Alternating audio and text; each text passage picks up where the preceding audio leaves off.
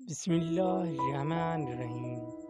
اللہ کے نام سے شروع جو نہایت مہربان رحمت والا ہے۔ حضرت علی کا فرمان ہے، ہمیشہ ایسے شخص کو چنا کرو جو آپ کو عزت دے، کیونکہ عزت محبت سے کہیں زیادہ خاص ہوتی ہے۔ اگر دوستی تمہاری کمزوری ہے تو تم دنیا کے سب سے طاقتور انسان ہو۔ پریشانی حالت سے نہیں بلکہ خیالات سے آتی ہے۔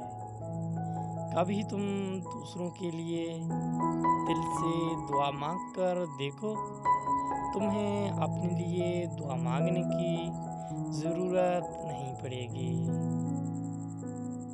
زبان سے نکلے ہوئے الفاظ جسم کو نہیں بلکہ روح کو زخمی کرتے ہیں۔